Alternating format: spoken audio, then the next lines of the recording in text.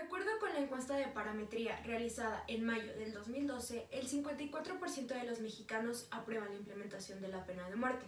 El 33% dice estar en contra de esta, mientras que el 9% restante ni se inmuta al respecto. Las circunstancias en las que ocurrieron los feminicidios de Ingrid Escamilla y la niña Fátima en la Ciudad de México dieron pie a que varios senadores analizaran los pros y los contras de la aplicación de esta en el país.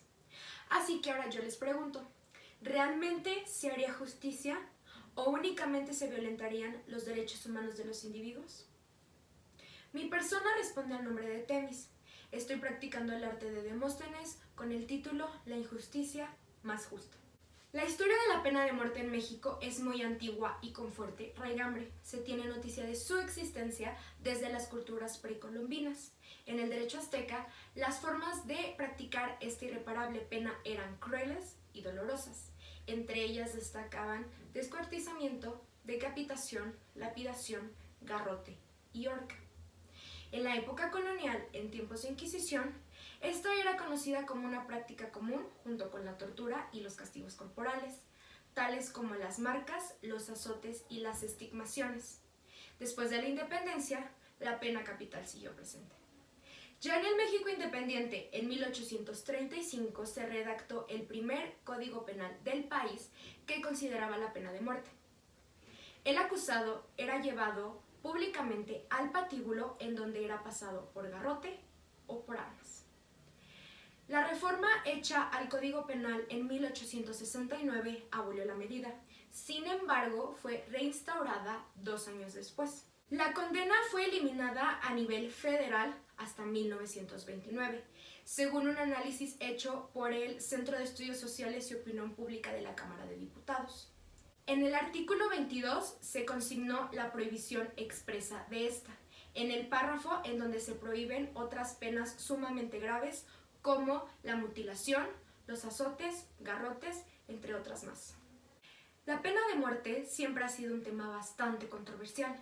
En diversas ocasiones ha sido tema de discusión dentro de la política. Pero se sabe bien que la reintegración de esta a la Constitución requiere de muchos movimientos y modificaciones en tratados y en la misma, además que se estarían violentando los derechos humanos de los individuos en cuestión. El verdadero problema aquí es el hecho de que la reintegración e implementación de esta se ha llegado a considerar como una opción, tanto por políticos y personas relacionadas con el gobierno, como por los individuos que constituyen el país. Todo esto a raíz de la impunidad y el aumento de víctimas que hay. El pronunciamiento a favor de la pena de muerte tiene origen en la frustración y el enojo de la sociedad, por el hecho de que las autoridades no hacen nada al respecto con los alarmantes índices de inseguridad que ha cambiado, por miedo, la vida de los habitantes de este país.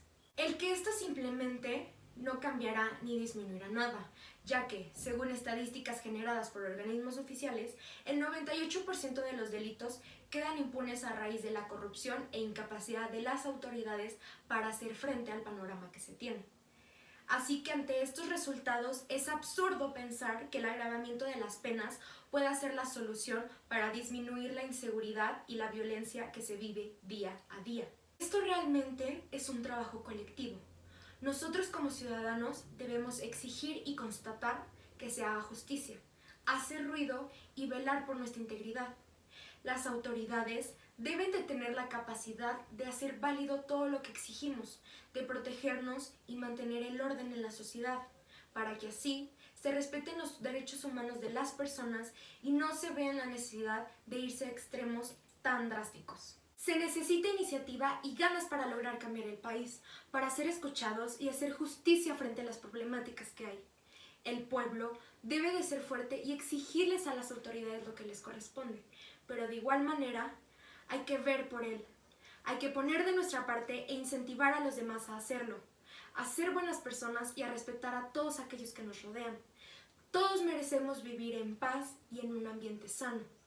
Si algo no está bien, hay que hacer ruido hasta que seamos escuchados. Nadie tiene por qué atentar contra la vida de los demás. La justicia es un derecho primordial para todos los individuos. Y esta se tiene que hacer válida y notar sin la necesidad de recaer en los actos ilícitos. La ley es dura, pero es la ley. Y hay que seguirla y usarla siempre a nuestro favor.